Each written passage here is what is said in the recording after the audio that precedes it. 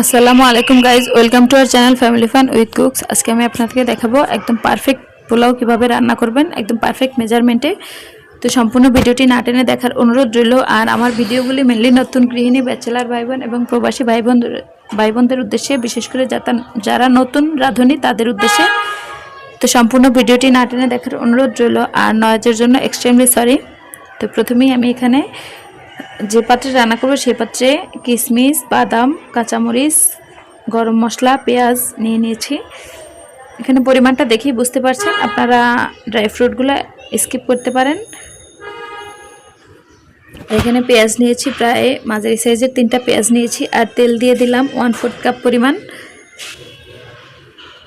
আমি পোলাওয়ের চালের পরিমাণটা বলবো না, এটা আপনারা পোলাওয়ের চালটা পরিমাপ বলার বিশেষ কিছু নেই, পরিমাপ বললে বুঝতে পারবেন না, তার চেয়ে আমি আরও সংক্ষেপে বুঝিয়ে দিচ্ছি। যে পাত্র দিয়ে যতটুকু চাল নেবেন তার ডাবল পানি দিবেন, মানে 5 কাপ চাল হলে 10 কাপ পানি, 2 কাপ চাল হলে 4 কাপ পানি, এরকম। তো আমি পেঁয়াজ মশলাটা ভেজে তারপরে চালটাকে দিয়ে আরও 5 মিনিটের মতো 10 মিনিটের মতো ভেজে এবার এখানে চালের ডাবল পানি দিয়ে দিয়েছি।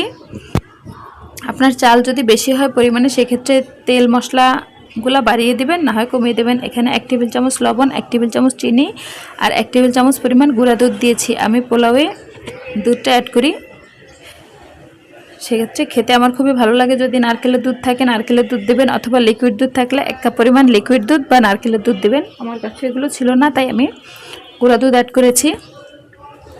তো এবার দিয়ে দিচ্ছি ঘি। আমি এখানে প্রায় 2 টেবিল চামচের মতো ঘি দিয়েছি। আমার ঘরে ঘি আর ছিল না রেডি করা, তাই যা ছিল আমি তাই দিয়ে দিয়েছি। এই ঘিটা আমার ঘরে বানানো, আমি ঘি নর্মালি ঘরেই তৈরি করি।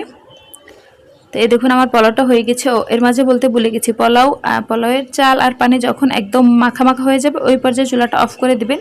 দিয়ে 5 মিনিট পর পর একটু উল্টে পাল্টে নেবেন। এই যে দেখুন, এই পর্যায়ে এরকম মাখা মাখা অবস্থায় এটাকে, এই যে দেখতেই পাচ্ছেন, এই পর্যায়ে চুলাটা অফ করে দিবেন। দিয়ে এটাকে ঢাকনা দিয়ে ভালো করে ঢেকে দিবেন। আর 5 মিনিট পর পর একটু নেড়েচেড়ে উল্টে দিবেন।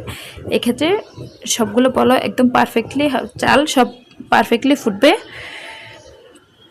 তো আশা করি আমি খুব সহজে বোঝাতে পেরেছি। আমি আসলে একটু গুছিয়ে কথা বলতে পারি না, সেক্ষেত্রে হয়তো আপনাদেরকে বোঝাতে অসুবিধা হচ্ছে, বাট দেখে আপনারা বুঝে নিয়েছেন আশা করি। তো আমার রান্নাটি কমপ্লিট হয়ে গেছে। সম্পূর্ণ ভিডিওটি না টেনে দেখার জন্য অসংখ্য ধন্যবাদ। দেখেই বুঝতে পারছেন আমার পোলাওটা কতটা ঝরঝরা আর পারফেক্টলি হয়েছে, না নরম হয়েছে না শক্ত হয়েছে, একদম পারফেক্ট একটা পোলাও হয়েছে। তো সম্পূর্ণ ভিডিওটি না টেনে দেখার জন্য অসংখ্য ধন্যবাদ। আশা করি আমার ভিডিওটি আপনাদের ভালো লেগেছে এবং উপকারে আসবে।